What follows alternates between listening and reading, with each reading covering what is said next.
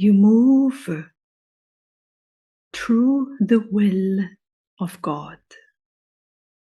Nothing anymore you do is for your personal gain.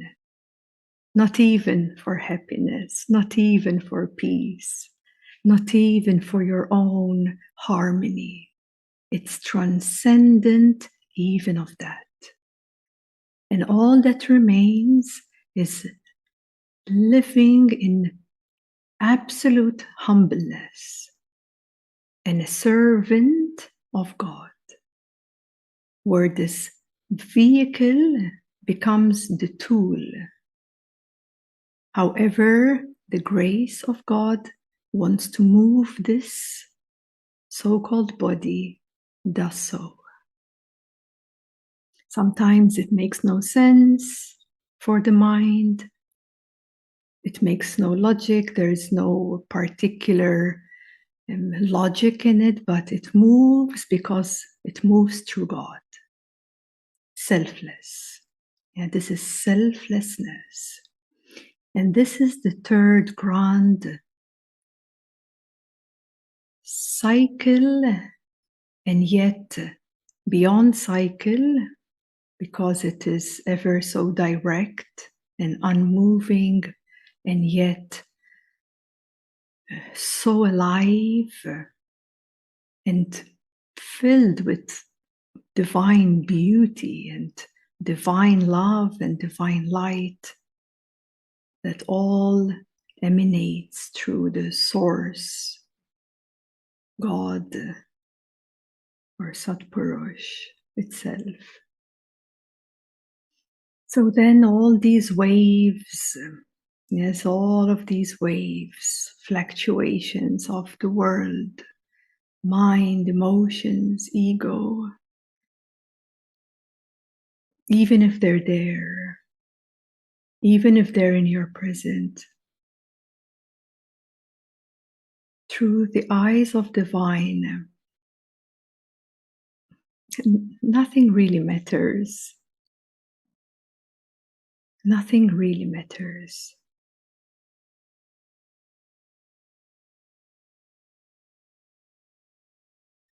So when we realize that this world is like a dream, this world is ever changing, and every time the world changes, we experience certain suffering. And that's when we can see, why is that so? We try to keep a certain stability, yes, a certain safety, a certain place within us or around us that is familiar, because we feel safe there. We feel secure with what we know already. Yes, but that within itself, it creates so many limitations, so many restrictions. But we are familiar with it. It's normal for us to be in a certain environment that is familiar to us. But yet, what I can encourage you is to not be afraid to change. Even if the world is changing around you, don't be afraid of that.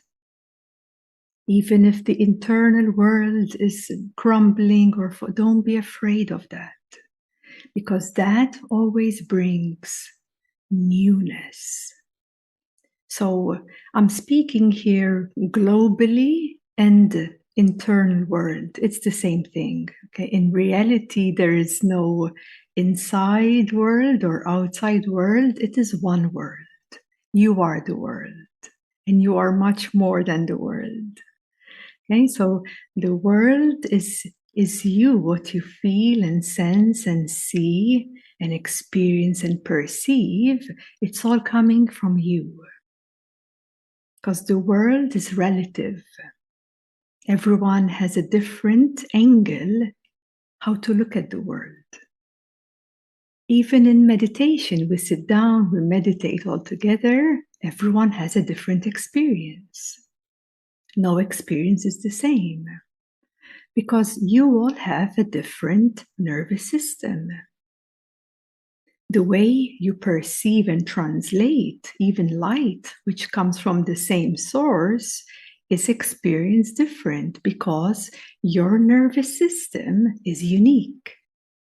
So you are unique at the same time, and you translate the information in a very unique way. And also adding with that, it's what you perceive. What is perceived, what is seen. Okay, so when the world changes, don't be afraid of that. Allow it to change. Allow it to change in any way it wants to change, because that will bring a new opportunity for newness, for a different way of being, for adapting or aligning in a different way, or moving in a different way.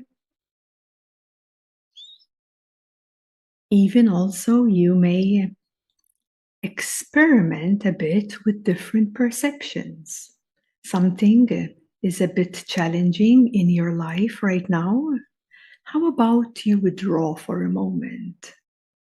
Yeah, you unplug yourself from that challenging situation you are in right now. Unplug, zoom out. Yeah, zoom out and experiment. How about then, when you zoom out, you perceive it from a different point of view?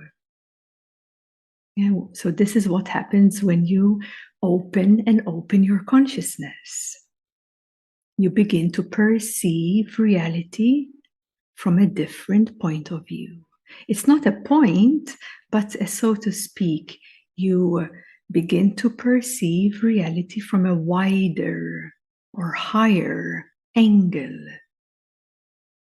So this is why reaching the highest of highs and transcending all worldly, ever-changing waves, to be able to see right through it all. You see through all the changes. Yeah, you see through all the fluctuations of mind, energy, emotion. And furthermore, further deeper comes this surrendering to a bigger love.